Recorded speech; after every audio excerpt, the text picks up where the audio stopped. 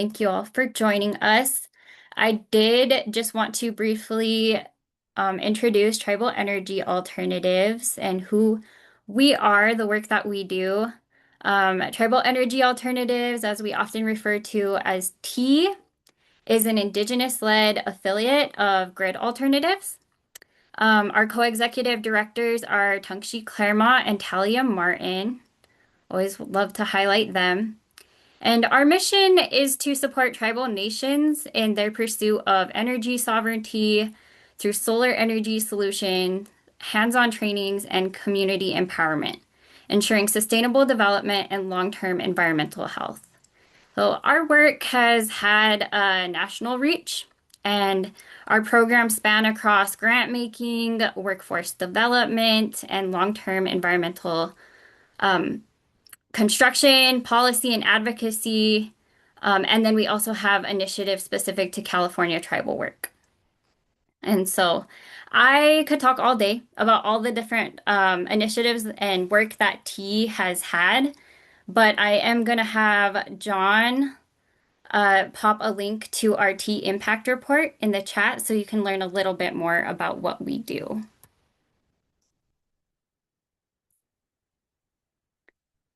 All right, and then I also want to introduce our Tribal Energy Education Collaborative. And so our Tribal Energy Education Collaborative serves as a resource for tribal colleges and universities. We also invite Native serving institutions and other college and university systems who are interested in helping to move forward energy education for tribal communities. So T really values regional education systems and understands the impact of being able to serve tribal communities locally from within. And so part of these opportunities that we work within TEAC is networking and convening opportunities. We also have faculty support, student learning opportunities. We do curriculum development, lab build out, and funding opportunities. And Angelica, I don't know if you wanted to add anything to this as well. Yeah, absolutely. So with T, we are again a nonprofit affiliated with Grid. And so we have been working with tribal communities for about over 15 years now. And a big component of this has been continued relationships with tribal colleges, whether that be through our solar installation construction program or our Tribal Solar Accelerator Fund grant making.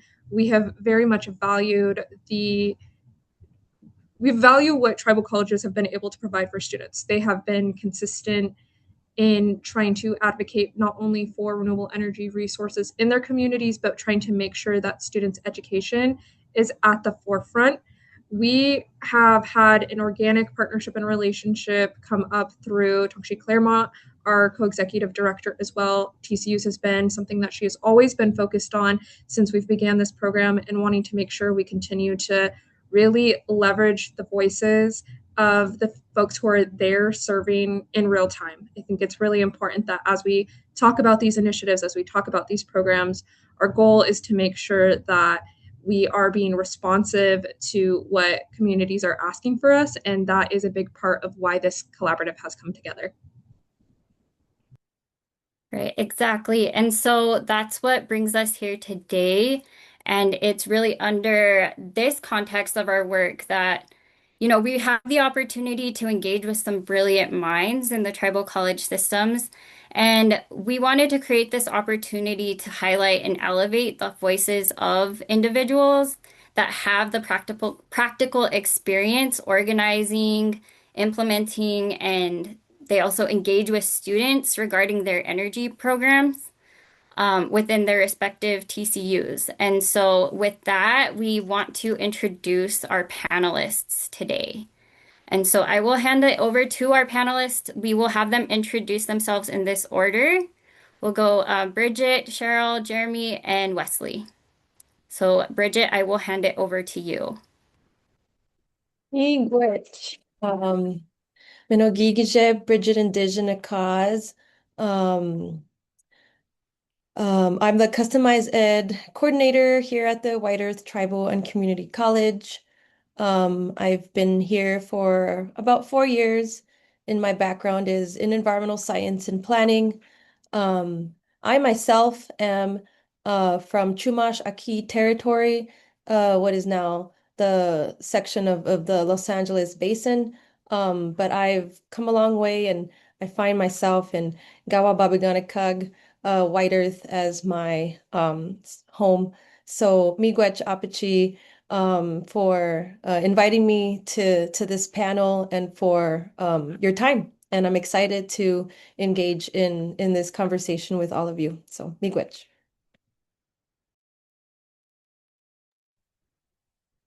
Okay, good afternoon. My name is Cheryl Madman. I am currently the Workforce Development Director here at Blackfeet Community College, which is located in Browning, Montana. I've been I've been in education for the past 20 years. My background is I have a bachelor's in elementary ed, and I have a master's in education with an emphasis in curriculum and instruction. I'm glad to be here and to be able to provide information for you all. Thank you.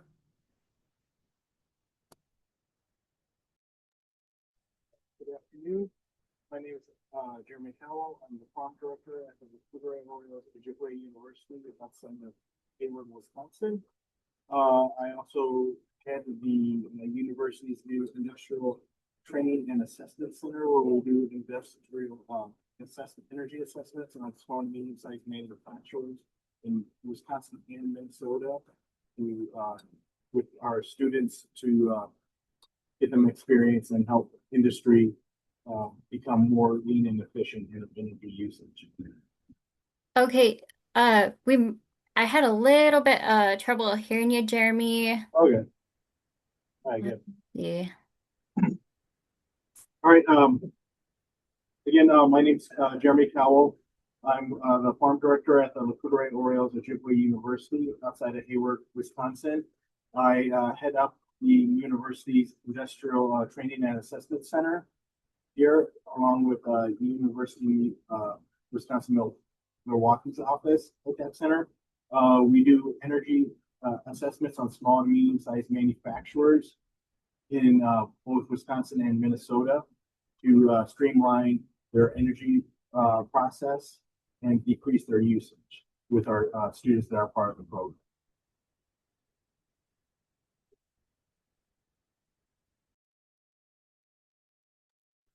Wes Davis, Turtle Mountain Band of Chippewa. Born and raised on the res here. Been in the renewable energy industry my whole life, roughly 20 years, I suppose. Don't want to age myself too much there, but I also own a business, solar installer business, solar installer designer business. Wrote the grant here at Turtle Mountain Community College to bring in a 100 kW solar system here, along with a solar thermal system, along with curriculum development and the pursuit of energy sovereignty here in the Turtle Mountain area. So, Shark, that's me. Nice to meet you all. Awesome, thank you all. And for this portion of the webinar, I'm going to stop sharing the presentation just so we can see folks' faces as we ask questions and get into the panel. And so the first question that I have, and I would love to hear from all of you, but what does energy, career, and technical education look like for your institution? So I can start. This is Bridget again from White Earth Tribal Community College.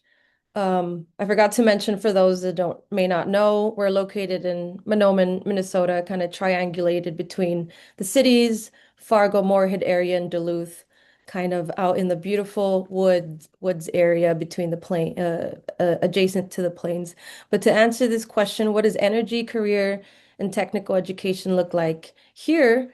So first we're the TCU for kind of White Earth, right? But also we serve and we try to partner with Leech Lake and Red Lake. So we're kind of I like to think of us as a little gem here, serving our community. But right now we have a lot of stuff going on at the college, both on the credit side, assisting students who are interested in an energy career through their AA degree, and most recently got accredited for our AAS degree and moving on to AS degree, so Associates of Applied Science and Associates of Science.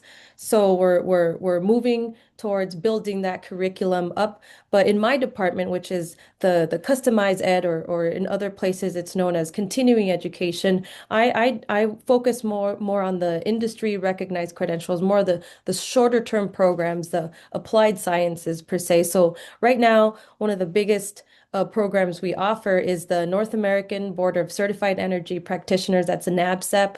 That's the international credential for the solar PV or photovoltaics associate's credential. We've had that now for a handful of years.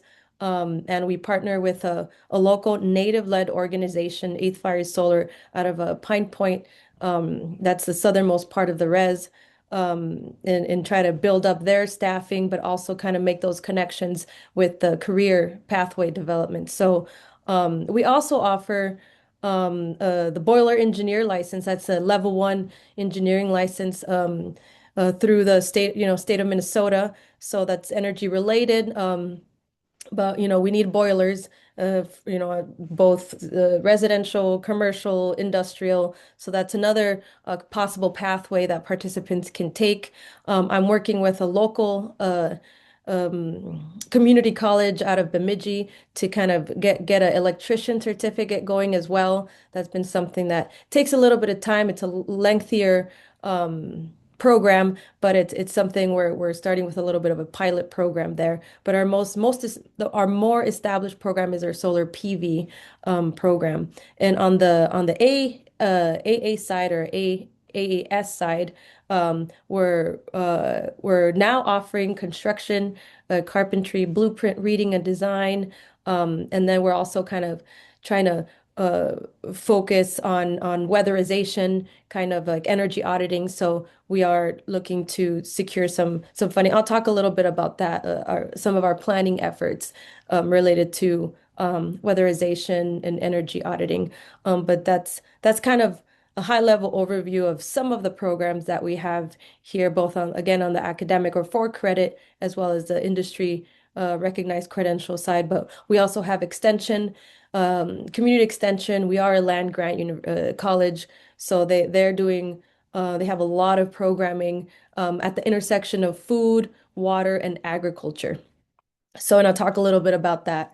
And there's other questions here too. So that's kind of, again, that's a high level overview of what we have right now in the works. And yeah, so that's what we have, Miigwech.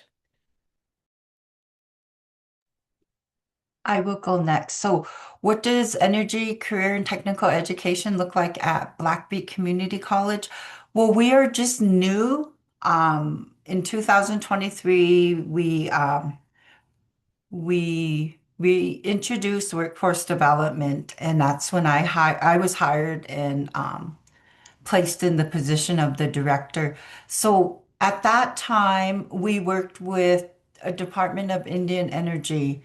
When I came in, um, I was introduced to alternative energy.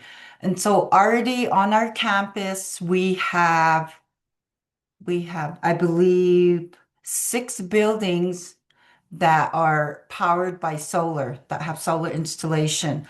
Um, and we are looking at hopefully becoming net zero by 2030.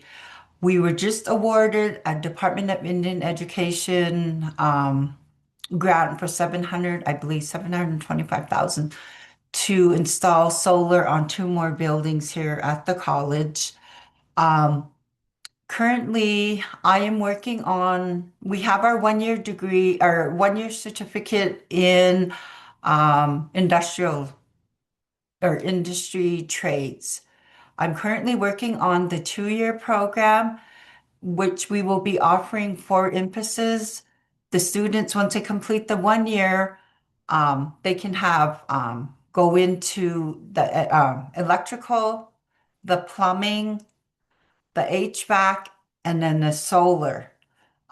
So I'm hoping to introduce it this fall, because when you introduce a curriculum, you have to go through a process. So I'm hoping to introduce that and roll it out in the spring of 2027. Right now, we partner with Tribal Energy Alternatives. They come up and they've been doing trainings, the IBT 200, which is the basic installation. And the community is well, when I first started, we couldn't get people to fill those spots, but now, we have people where, they're more perceptive or receptive to the training. So we are getting people that, that love the training. They're excited at the road that we are taking. So, and then I've been talking to the apprenticeship program here in Montana, and I actually just met with them this morning because we had a workforce expo at the Browning High School. And so I was talking to the apprenticeship program. So they're willing to, should a student go into that type of the solar, they're willing to work with them. But the thing is getting our students to leave the reservation, so that's something that, we definitely have to work on. Um, we're able to provide technical skills, career exploration, and industrial aligned training. We just recently signed an MOA with Blackfeet Tribal Housing. And so one of the things that they want to do and use our students is to build tiny houses. As you know, coming from a reservation, housing is a big issue. Even for us, when we advertise for faculty, it's hard for us to get people from the outside because the lack of housing here. So we've been working with them, and that's one of the projects that we're going to do is to work with housing and building these tiny houses, and hopefully being able to possibly in the future install solar on the roofs. Um, the other thing we do is we do like what Bridget talked about was the energy auditing. So we've been working with housing on that. And so we've been doing a lot of trainings. Um, and the other thing that we went to our tribal council, we presented a plan where we wanted to create um, energy office here at the Blackfeet Community College so that we can go after grants, within the United States. So that's where we've been, and then hoping to align these trainings with credentials.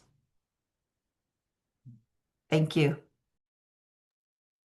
Here, I'll go next. Here at LCOU, we for the program here, it's under our extension office, so you don't actually have to be an enrolled student in the university to participate, as this is a career and technical education program. It's fully funded by the Department of Energy via grant through the University of Wisconsin Milwaukee's office, ITAC.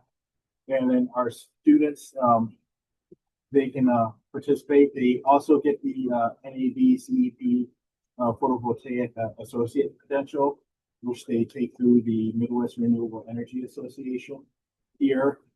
And then in addition to that, they also take 8 additional courses, and then through that, they obtain their associate's credential.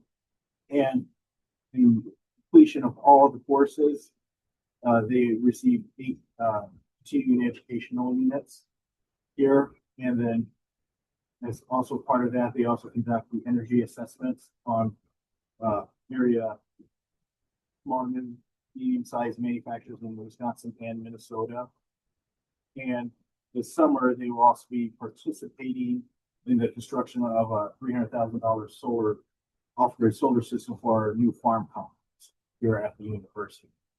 So they'll be getting hands-on experience to help them move into a career either in photovoltaics, energy assessments, things of that nature. Give them a good footing, and it's all completely paid for via this program. And they also have an internship when they conduct the assessments free and during and post assessments of $15 an hour to help them get established within the workforce. And then other than that, like the currently other programs that we're doing, CDL training here, I believe in beginning of June, things of that nature. But it's pretty much how what we're doing here.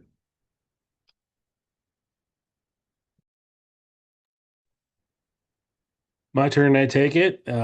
So, what it looks like here at Turnemont Community College, it touches just about on everything. Where I'm at, we don't have no industry. We're trying to develop it. We're trying to bring in new professionals into the renewable energy industry, from a solar installer all the way up to a solar energy expert with an emphasis on Indian country. People who are able to do feasibility studies, to do energy audits, to write grants, to fight with utility companies, to help tribal governments write policy and procedures, things like that. So what we're establishing here right now, what I'm actually doing here is establish the baseline entry level solar installer program, because we need those soldiers first. And then, of course, we're going to start the writing of a 2-year associates in renewable energy expert program here. And then, of course, where does that go? I'm not sure yet, but our campus is a training site. We have a 660 kW wind generator. We have a 100 kW solar array now. We have a solar wall. And then, of course, we have over 120 tons of geothermal here. So it's the ultimate training site. Along with all of that, we have the exegete that we use to control all that. So we have the technology side, we have the basic installer side, we have the theory and philosophy side, that can help and create these economies or this industry that we need so bad in Indian country. And then, of course, just the foot soldiers, the people in the trenches that are installing it with me, or us. We want to use our program as an incubator for other people to start solar or renewable energy businesses here.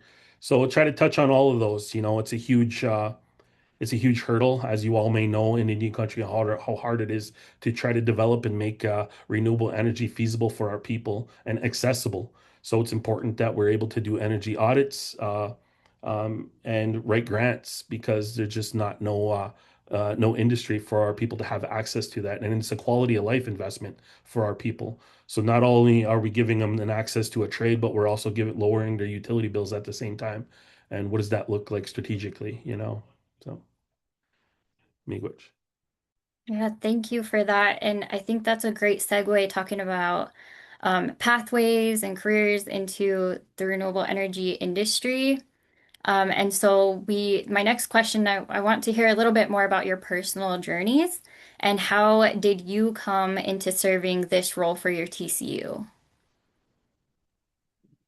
So I'll go. So as I mentioned earlier in my intro, like my background is in environmental science and planning. So reason I majored in environmental science, I wanted to kind of learn how the world works.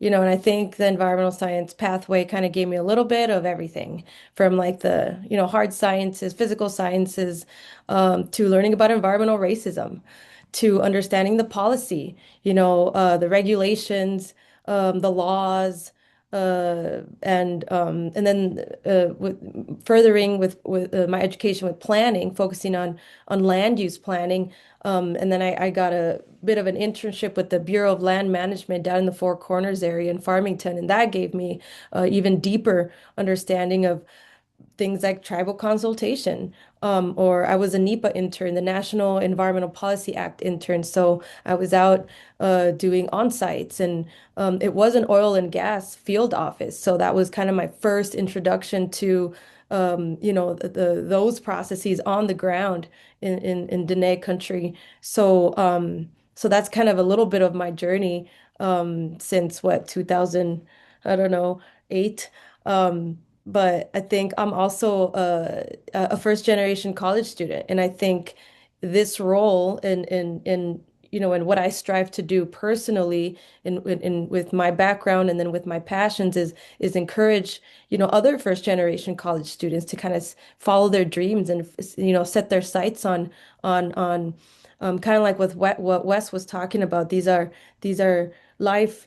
We're when we invest in our communities, when we invest in renewable energies, we invest in our health, in our lifestyles, and in our families. It goes beyond just the education. It goes into our families and into every part of generation. So I think personally, in my role, given my background, I strive to encourage our student body to be involved, to be active participants in making, in following the segue, which will, hopefully, like Wes was saying, we need soldiers on the ground, but we need people at every aspect of this industry making decisions.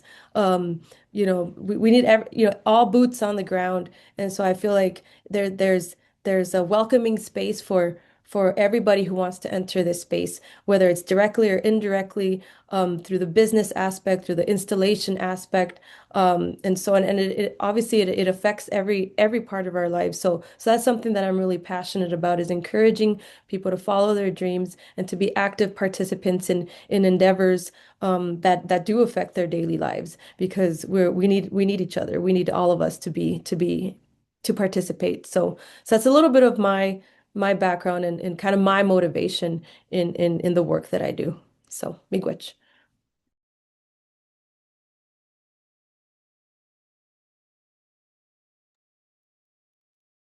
All right. And what about maybe if we can hear from Jeromy too? How did you come into serving this role for your TCU? Yeah, again, Jeremy Cowell, OPOU in Hayward, Wisconsin. I was hired in July of 2024 after I retired after 27 years of military service. Uh, so I kind of started out in renewable, primarily solar within the Coast Guard, working on the ACE navigation on the coastal waterways, Gulf of Mexico, things of that nature. As all of Coast Guard's uh, navigational aids, the lights are all solar powered things.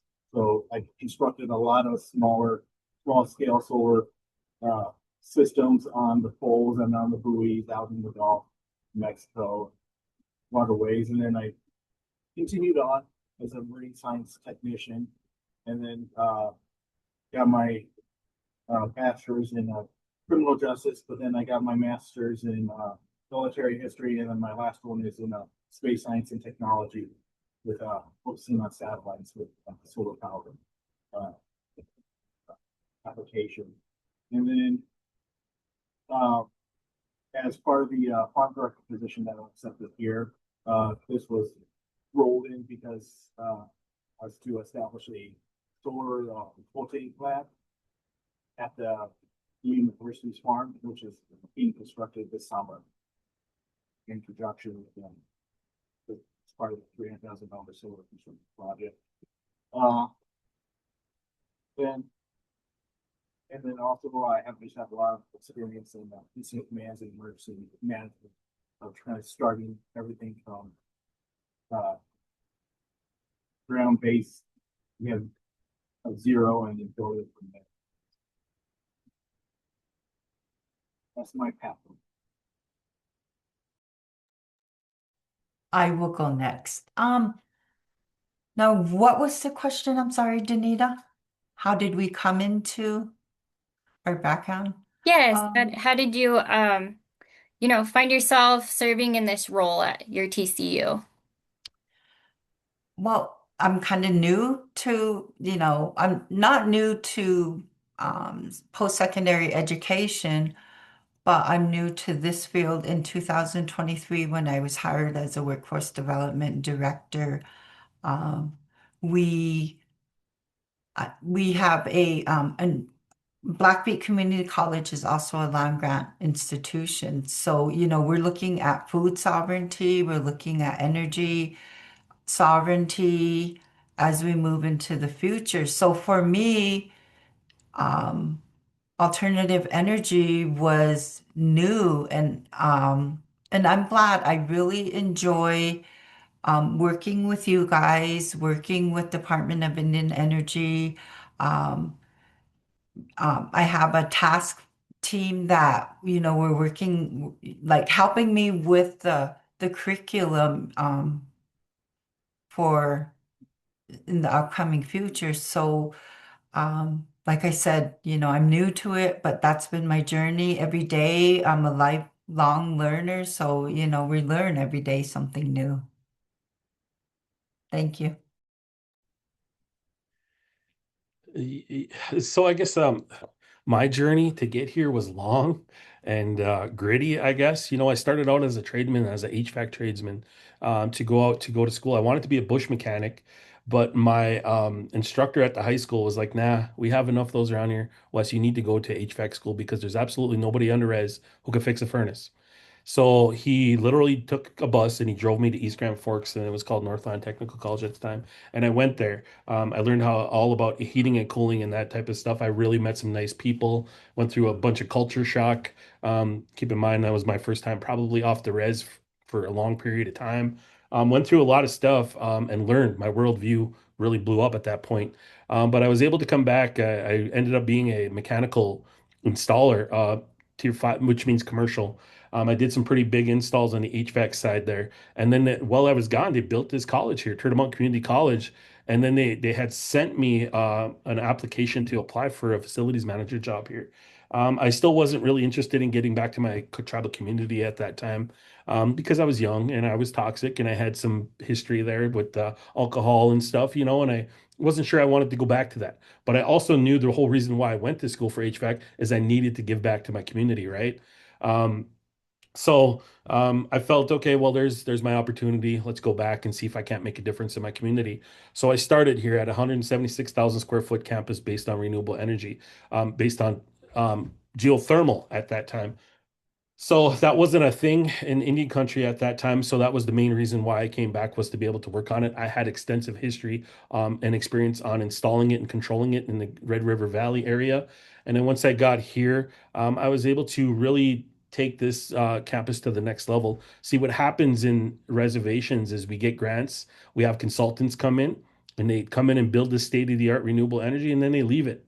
And then it becomes more taxing and more inefficient and more troublesome to the tribal governments and the communities because it's left there. And then we got to pay high maintenance cost, high windshield time, stuff like that, and that's what was happening at that point. But they brought me in. I learned a lot. I got to work at the Turtle Mountain College here as the facilities director, infrastructure development officer for 16 years. Through that process, I was able to learn how to write grants. I was able to learn how to do energy audits. I was able to do strategic energy planning. And then, of course, that resulted in millions of dollars of funding for the college to develop their renewable energy. And then at one point, I decided that my career here at the college has to end. You got to open it up for those new oncoming entrepreneurs. So I retired from here 4 years ago and I started a solar installer company, solar development business here in North Dakota. So it was really a rude awakening for me because there was a lot of industry because that was during the Biden administration and there was a lot of Department of Energy funds out there at that time, tax credits, those types of things.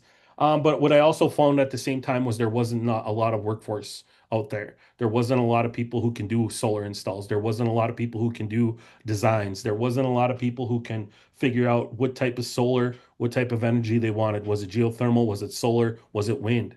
And what are the natural resources in your tribal community?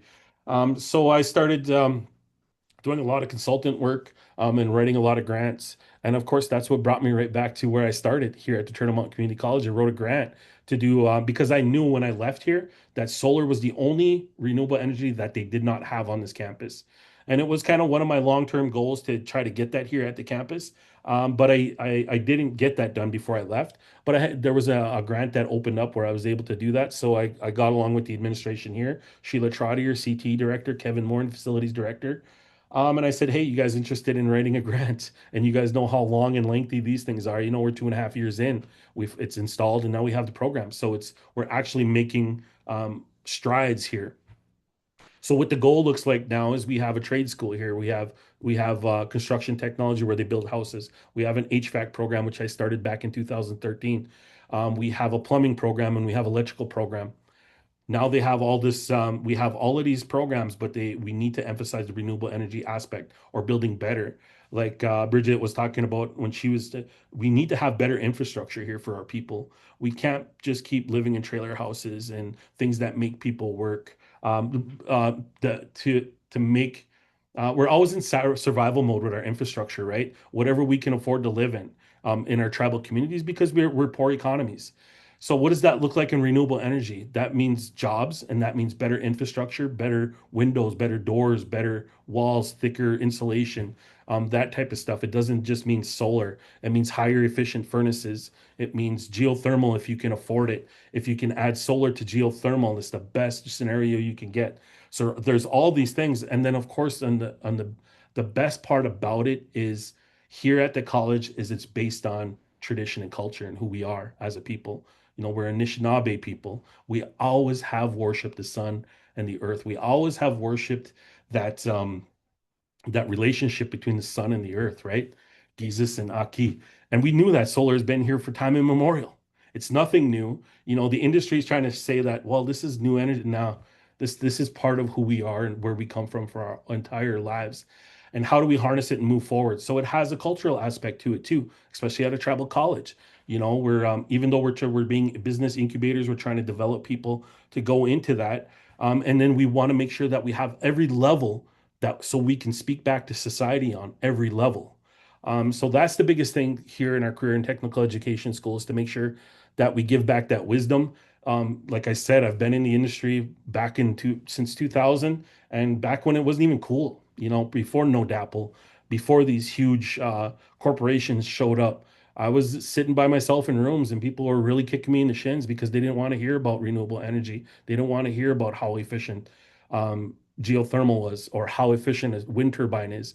You know, they just wanted to keep pushing gas and oil. And I was like, man, did we have such huge opportunities here? But I also seen our markets getting taken advantage of by consultants, by non-native consultants that were taking a huge. If we applied for a $2 million grant, a lot of that money was going back or going off the res. Maybe half of it sometimes to consultant corporations that had engineers and architects. Well, now we have engineers and architects with the emphasis on Indian country that are by us for us. You know, so things are changing drastically for us, especially in renewable energy. And that's how I got here. I was like, if I'm going to be an indigenous renewable energy expert, I need to give back what I have. And that's how I got to the tribal college. I want to give back what I have. I still want to keep engaging in my business. Obviously, I need to put food on the table, but I also want to make sure that I'm giving back to my community by creating curriculum and giving people an option to pursue an education or a career in this field because it can't be done. You know, the bigger the family, the easier it is to fight. You know what I mean? And we're always going to be pushing against utility companies, state laws, and federal pushback. So the faster we can decolonize federal funds, the better it is for all of us. I'll stop there. Otherwise, I'll keep talking. No, that's great. And you had some elements of what you had said kind of feed into the next question as well. So I was thinking maybe we can hear from two other panelists on how, and I've heard different answers too from each of you. You know, Cheryl, you talked about housing as well. But how do these learning programs at the college feed into the tribe's greater ecosystem? You know, how are you engaging with the community through these programs? So I can kind of do a little overview of what we've done here in the last 4 years, at least while I've been here. There have definitely been efforts way before my time, but I'll talk about from kind of where I came into the picture. So we've had quite a few planning things that we've done in conjunction with our local tribal utility commission. Um, it's called Mahubi Awa, which is a community development um, nonprofit organization. Our White Earth Economic Development has been a strong partner as well.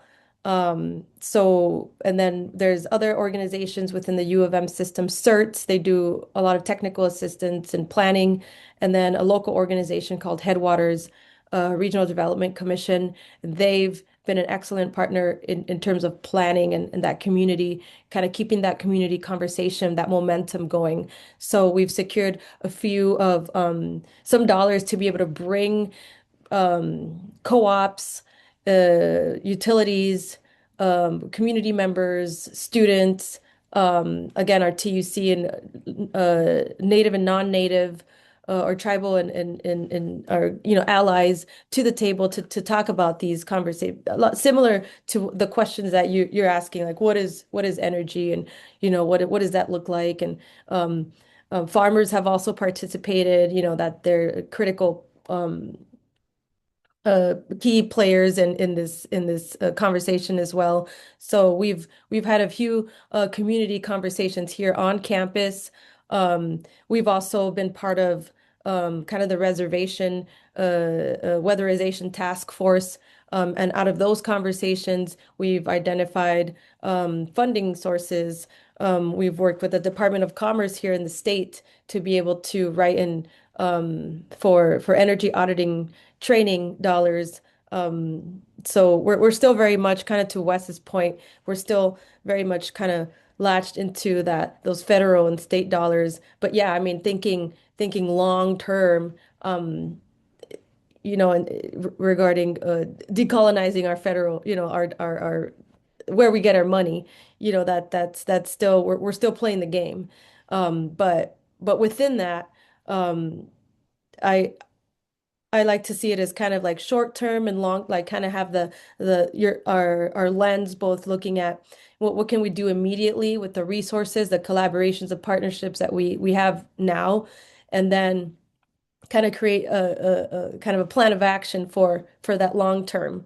What that vision is, what it's going to look like in the next 50, 100 years. So kind of keeping those two lenses, that big overview and then that more detailed approach. So let's see. So I guess I one of the things, to answer your question, the tribe's ecosystem, I think last summer, White Earth completed their climate action plan, and there were uh, quite a few entities here locally, regionally, that contributed to that plan.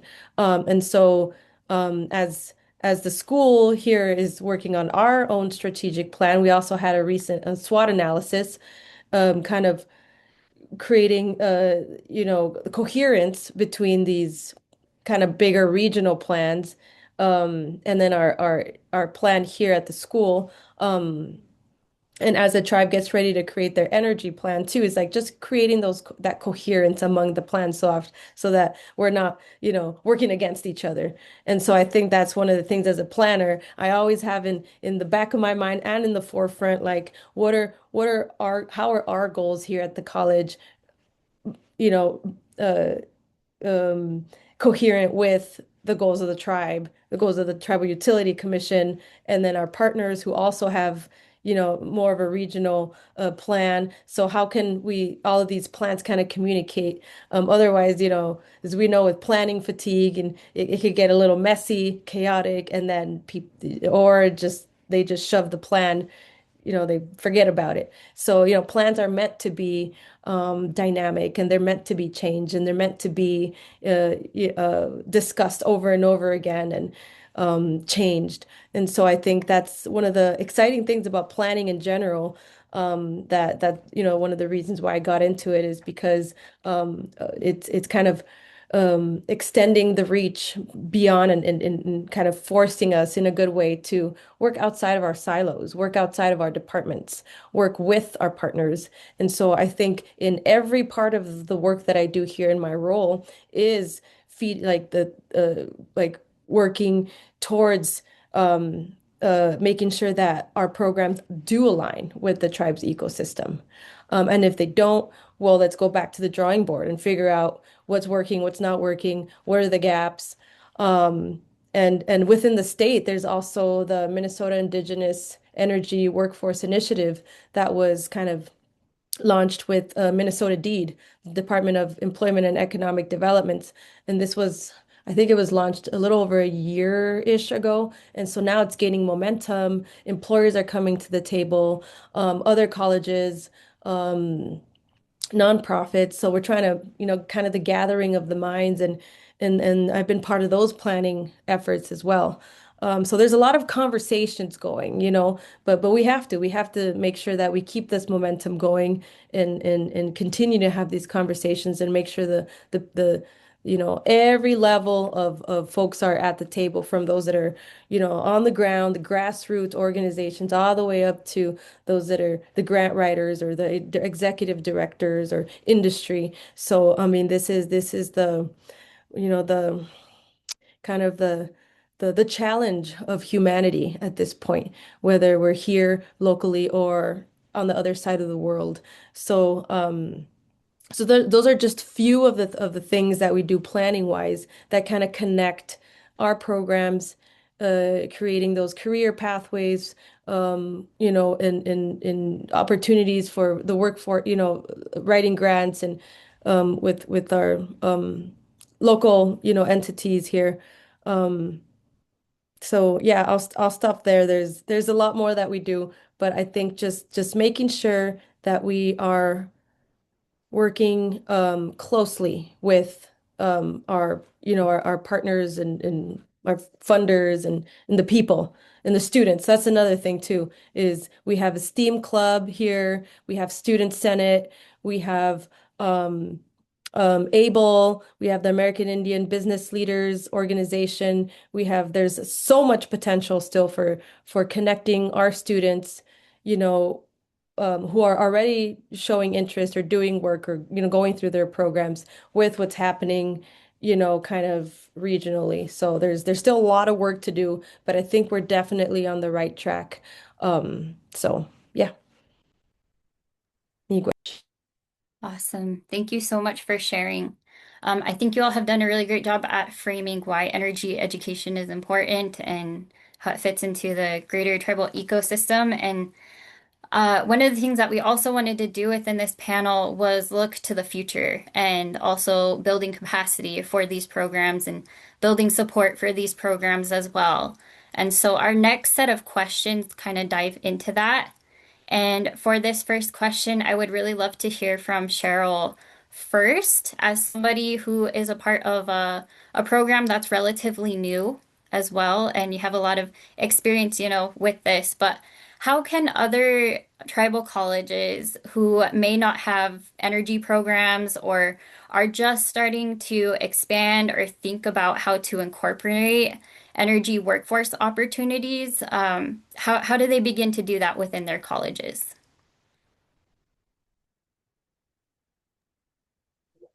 I think, you know, looking at do they need to start from scratch? But looking at building energy workforce opportunities, looking at the community economic development plan, working with the tribe, even working with the schools, like the local high schools around your area. I really believe in, working with our youth, introducing them to, what the future holds. And, as a community, um, you know, uh, looking at, bridging those gaps. we're new. I'm still learning. Um, and, I want to be able to, and finally, we're at a point with the tribe, our tribal government, you know, them knowing what we are doing at the Blackfeet Community College and realizing that, I think we need to be more transparent, to the community. That's one of the things I realized within this past year. I've been talking to, like I said, we had our workforce expo at the high school. We had over 699 students come through our, our workforce expo. And again, it's just being transparent. That's one of the goals that I need to work on here, is letting our community know these are the programs that we're offering at Blackfeet Community College. Thank you for sharing. I wanted to invite Jeromy to also answer that question. How can other TCUs who may not have energy programs or are just starting to expand or think about these types of programs, how can they incorporate workforce opportunities into their college? Yeah, well, new mic. So, uh, yeah, for us, we're looking at expanding our industrial training and assessment center here at the LCOU uh, extension office, and then also starting on the university used to have an associate's in renewable energies. We're also looking at bringing that back, and then also expanding as it is. Our systems are at the farm, expanding it into agrovoltaic research, combining renewable energy with uh, crop production, as into in a food sovereignty role to power hydroponics, aquaponic systems, things of that nature. And then uh, for expanding, it's like finding partners through other tribal organizations. I know the Department of Energy has, it's only like a couple of times a year, they do have tribal specific energy grants applications that in which developing partnerships to create like a community based system would be greatly beneficial to all parties, because like as part of our ITAC system is to kind of increase the use of renewable energies within the Ojibwe communities here, but also to create train individuals, certify them to be able to design, install, and maintain those systems through their entire life. So it's not, you're not having to go outside and looking for a contractor. Everything is within the community.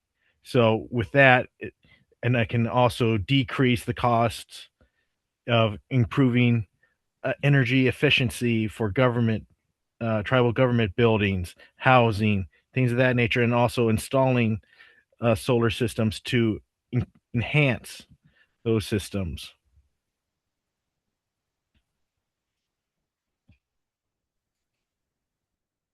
Awesome. Thank you for sharing. I think also I would love to hear from two folks about what areas are you hoping to grow your program over the coming years? How are you envisioning your future of the program?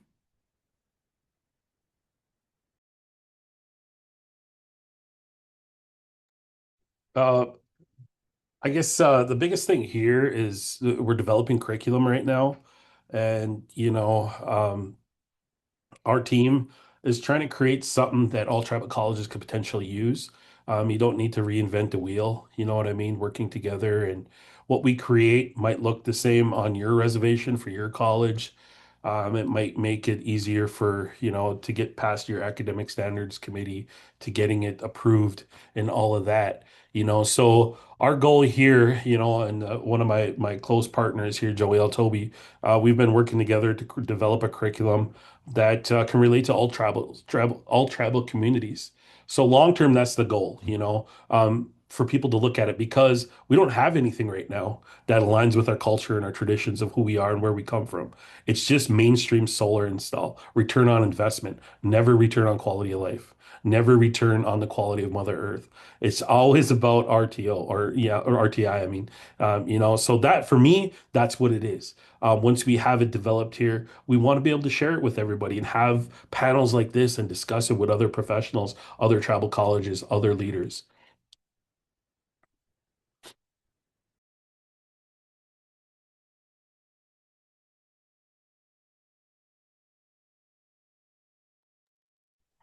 I'll go. Kind of echoing what everyone kind of, what Wes was just saying, but also what, Jeromy and Cheryl have been discussing is kind of, we try to meet participants where they're at.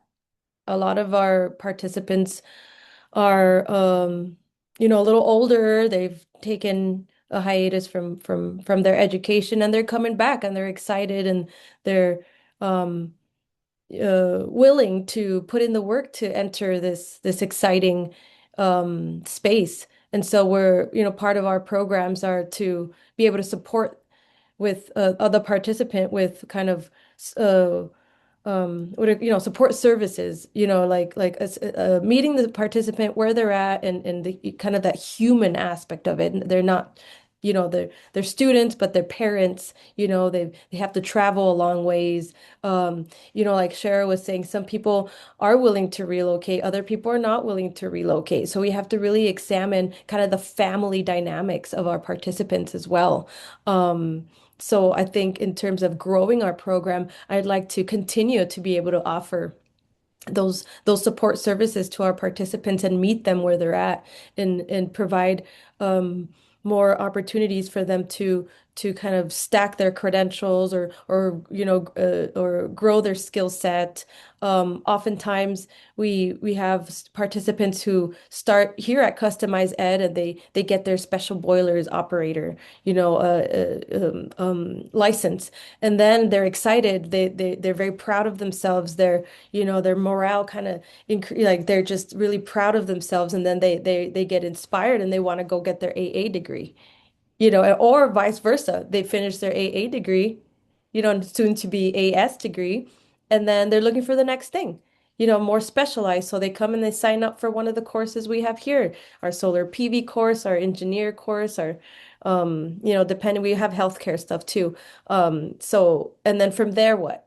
Right. So I'd like to be able to continue these conversations, these significant planning conversations that we've had again with the TUC and other partners to bridge um, those gaps in securing those rewarding careers, and I think of it, stepping back, I think of the work that we're doing is as nation building or re-nation building, where I- in my view, I would we're building the industry here. Yeah, there's going to be a subset of participants who will leave, and I've talked to some folks and yeah, they're willing to relocate those that perhaps don't have a family or they're not taking care of their loved ones. They can leave for a little bit. They can afford to leave for a little bit, and gain some of those skills. But I think the sentiment that I've received is a lot of folks don't want to leave their community necessarily. They don't want to, they have their parents or grandparents or because they have their family structure, and that community is such an important part of of for a person to be able to that support system to continue their education, to finish, and then to be able to serve their community. And so I think, again, I think that the work that we do, the way that I think of it is we're rebuilding the nation here, rebuilding the industry, that on the terms of the original peoples here. And so that that decolonial thinking is also part of kind of how we can grow the program, and that includes learning the language, learning the teachings, learning in on our terms, like Wes was saying. A lot of the times, it's that return on investment type of conversation. But what about those health measures? What about, our mental, emotional well-being, our family dynamics? Those are things that we don't necessarily measure in this space, and I think it's so critical. There are other models, other countries that are measuring some of these things, and I think it might be, even if we're just curious to see what those models look like, and just to kind of have a little point of reference. But I think the people, here they call it minobemad, is it when? So what does that mean, like in modern times? How can we, like the seven generations thinking, and one of the culture overview courses here that I took, oftentimes I was when I hear seven generations, I think seven generations from this point forward.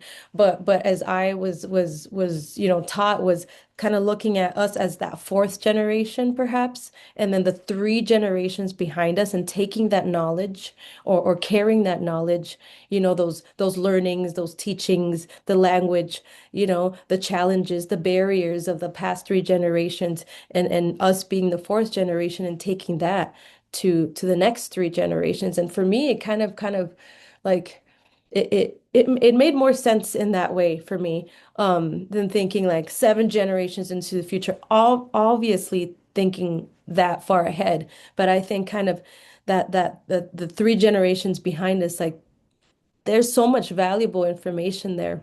Like I said, challenges and barriers and mistakes, the learnings, the teachings. And that's part of our mission or vision here at the college too, is carrying forward what the Anishinaabe gifted us. And I think in answering this question, how can we grow the program over the coming years? It's all of it. It's a lot of the sentiment that we get from our participants and our students here is they feel like they can be themselves here in this college. And that is so critical when entering this particular space, this energy industry, where oftentimes it was the opposite, where, marginalized peoples were, like we had to code switch, we had to kind of shove our identity. And I feel like now we have such a unique opportunity to be able to open the doors for all peoples to thrive, and all peoples to be active participants in this energy space, and to show up as authentic individuals. And that's also part of the MIWI planning initiatives, the Minnesota Indigenous Energy Workforce Initiative, is to show up as authentic as we are. So that's also part of this kind of this the the landscape that we're trying to create here is the technical skills, but the person as a whole. And so in workforce development, that's what I think about as well. But in terms of growing the program, obviously we want to be able to explore other energy related programming. We're already looking at at the energy auditing piece, the weatherization piece. We there may be some exploration with geothermal energy, given that new kind of funding source that came out not that long ago. I know the tribe is interested perhaps in some biofuel production. So kind of integrated, more of an integrated uh, energy plan with perhaps wind as well. But I think the main thing right now is solar. But with our programming here, we'd love to be able to explore more of those NABCEP programs. Because NABCEP has, like, I think six or seven other programs as well. So building that program and expanding it to HVAC, all those energy related programming. So like kind of like Wes and Cheryl and Jeromy were discussing, we kind of have to dabble in a little bit of everything. But I think the main thing as a planner is to kind of have, like, kind of lay out what we want as an institution, and be ready so that when the funding is there, we are able to kind of more on our terms a little bit better, instead of kind of latching onto anything that's coming our way, but more having more of this is what we want. Does this funding source meet our needs? instead of the other way around, where we're chasing and chasing and chasing and having maybe less of a direction. So, so yeah, I mean, with that, there is some um, efforts to also expand our infrastructure here with the trades building. So that's another thing that, as a whole, our school here is seeking funds to put, build the infrastructures to be able to expand our programming. So obviously it's the programming itself, it's the components of the program, kind of meeting the person as a whole, it's the capacity with the staff. I'm also trying to grow my staff here, and it's the infrastructure. So we're at every single part of that. Um, as we engage with our partners and our student and grassroots organizations. So it's a little bit of everything because that's kind of how we have to be. So I'll stop there. I can talk for a long time, so I'll just stop. So thank you. No, I love the passion. Thank you for sharing. And I know you already kind of spoke to this a little bit too. I know that there are some hands raised. I see some hands raised, and I was thinking there might be some questions for the panelists. If you have a question, you can put it in the chat. While everybody's doing that, I will ask one more question to our panelists here. And Bridget, you already kind of talked a little bit about this, about the types of, students that are going through these programs. What are they saying about these programs? They want to be able to stay within community.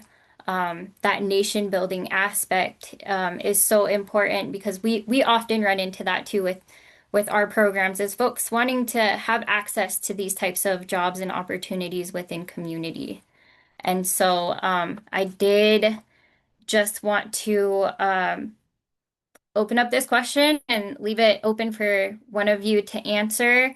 Um, but what are students saying about these programs, and what types of support might be helpful to students wanting to pursue energy related careers?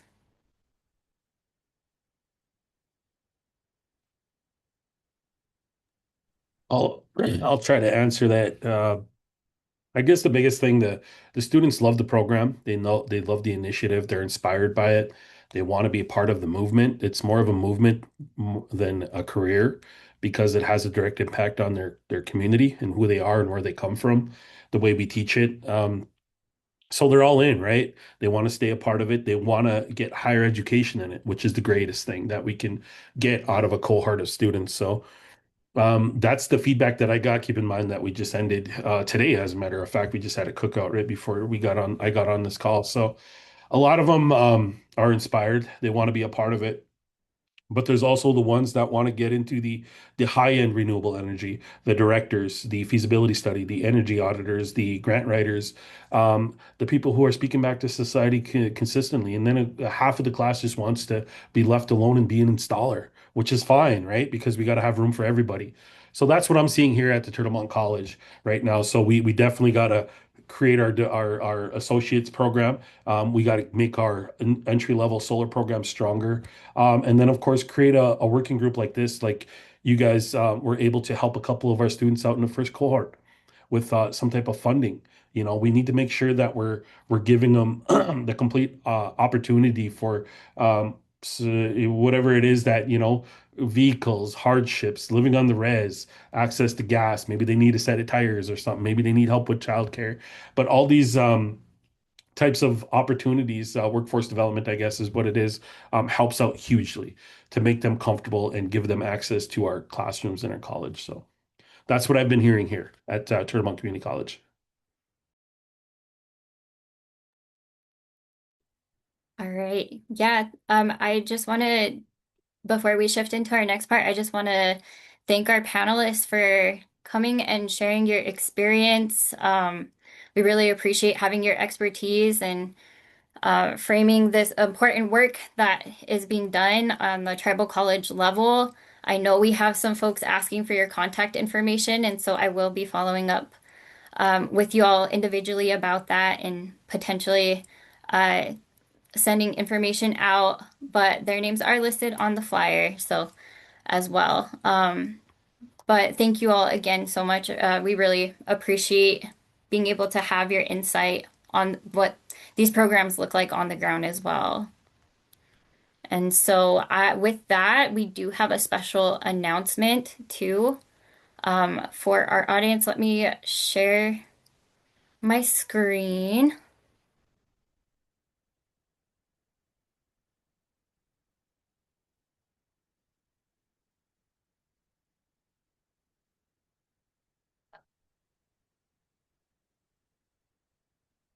Can you all see that? I just want to make sure. Okay, Yeah, it's up. good, awesome. Okay. So we want to announce our TCU Energy Professional Learning Fund. And so this is the first year that we have this fund available. You know, T is really committed to supporting tribal colleges in growing their internal staff capacity to support students in their development of energy education opportunities. And so this is a fund that has it's professional development funds up to $5,000 that will be dispersed to either faculty or TCU administrators, you know, program administrators who've been affiliated with their institution for a minimum of 2 years. And these are for individuals that are expressing interest in developing or enhancing renewable energy programs at their respective institutions. And so we do have some of the requirements there listed, but to be a faculty or program administrator at a tribal college for, again, a minimum of 2 years, be able to provide a letter of support from their tribal college leadership, and then also you'll be asked to provide a detailed overview of how the funds will be utilized and provide like a description of the proposed learning opportunities that you're looking at doing. And then I'll ping John to put the links in the chat of examples of learning opportunities that can be funded. These funds are available on a rolling basis until September 30th or until all of the funds are exhausted. But this is live on our website today, so you're able to access it. We're really excited about it and to support TCU professionals in pursuing their energy learning opportunities. I did just want to kind of give some examples and talk about that list too that's in the chat. So some of the examples of the things that the fund will cover are conferences and seminars. There's also like certifications, licensing, or trainings related to building CTE programs or curriculum development as well, technical skill development. You can also hire a professional mentor or professional consultant. And we can talk a little bit about that too, because we also have a network of folks, tools and resources, project feasibility studies. And I will say too, the list that is provided is not an exhaustive list. You know, it just is an example of opportunities that might be funded, but other opportunities outside of that list may be considered for funding, but we need sufficient justification for it. And so that is where the application comes in and you're able to do that. So we're really excited about this. It is live on our website.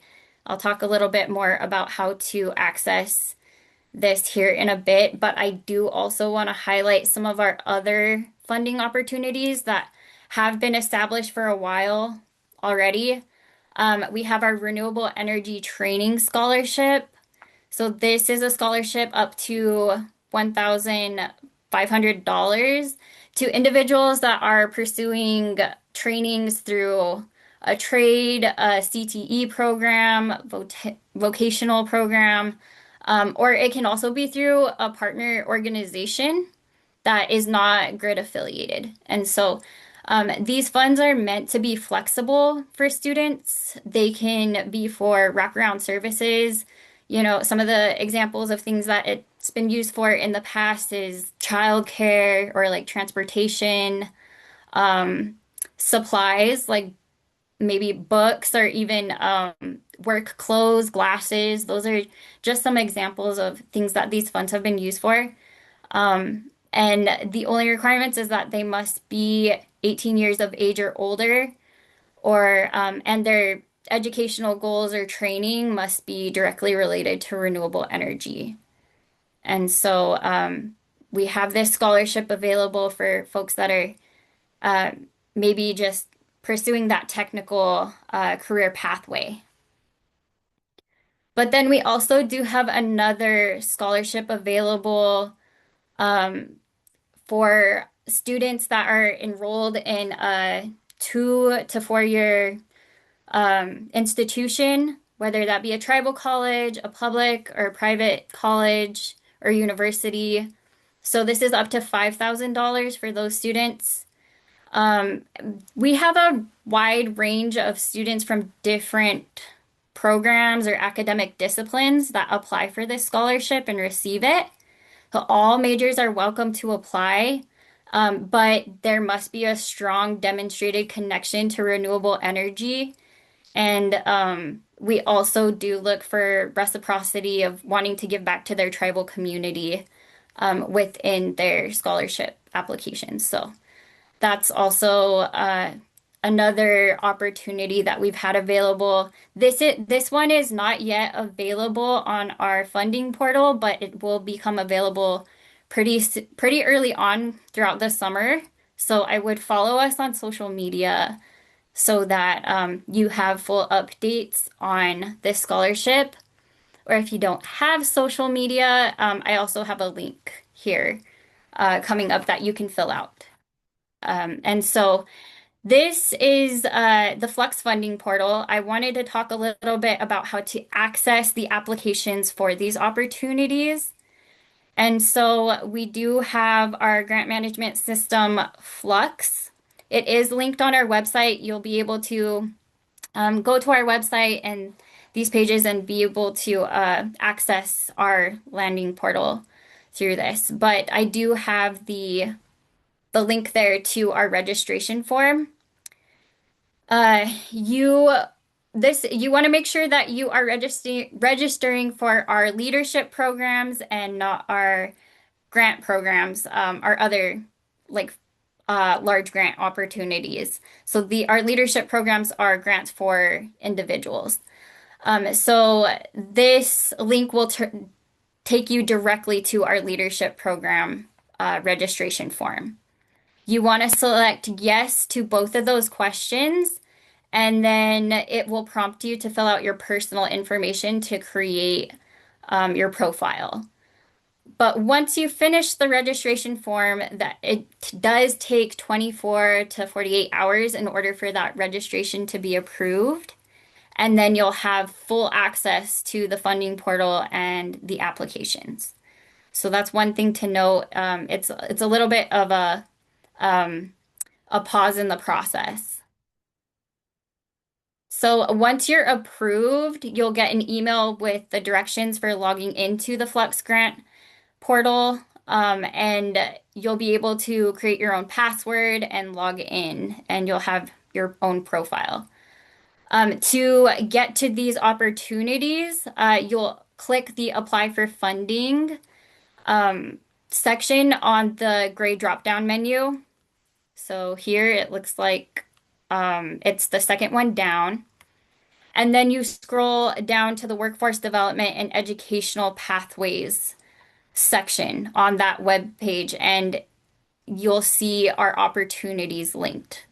There are buttons to both of the applications that are open right now, which is the TCU Energy Professional Learning Fund and also our Renewable Energy Training Scholarship. And once our T scholarship becomes available, you will also be able to find it there.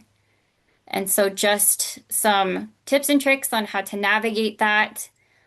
This is on our website as well, so you're able to find it readily available for yourself or for students as well. We also do have an interest form. So if you're interested in any of the things that we discussed today, plus some of our other opportunities that we offer, Even the Tribal Energy Education Collaborative is on there as well. So feel free to fill out that leadership program interest form. You can scan the QR code, and you are welcome to leave any comments or questions at the bottom of that as well. So you can stay up to date on all of the things that are happening within our leadership programs and education. But that is our big announcement. I just want to say thank you all for joining us today. I will stop sharing the screen. And yeah, I just want to thank our panelists one more time for joining us today and sharing your perspectives and expertise. Thank you. Yep, thank you. Appreciate the you. opportunity. Thank you. Thank you.